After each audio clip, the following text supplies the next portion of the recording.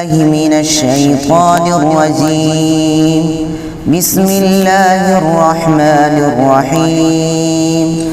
فلا صدق ولا صلى ولكن كذب وتولى ثم ذهب إلى أهله يتمطى أولى لك فأولى ثم أولى لك فأولى أيحسب الإنسان أن يترك سدى ألم يك نطفة من مني يمنى ثم كان علقة فخلق فسوى فجعل منه الزوجين الذكر والأنثى أليس ذلك بقادر على أن يحيي الموتى؟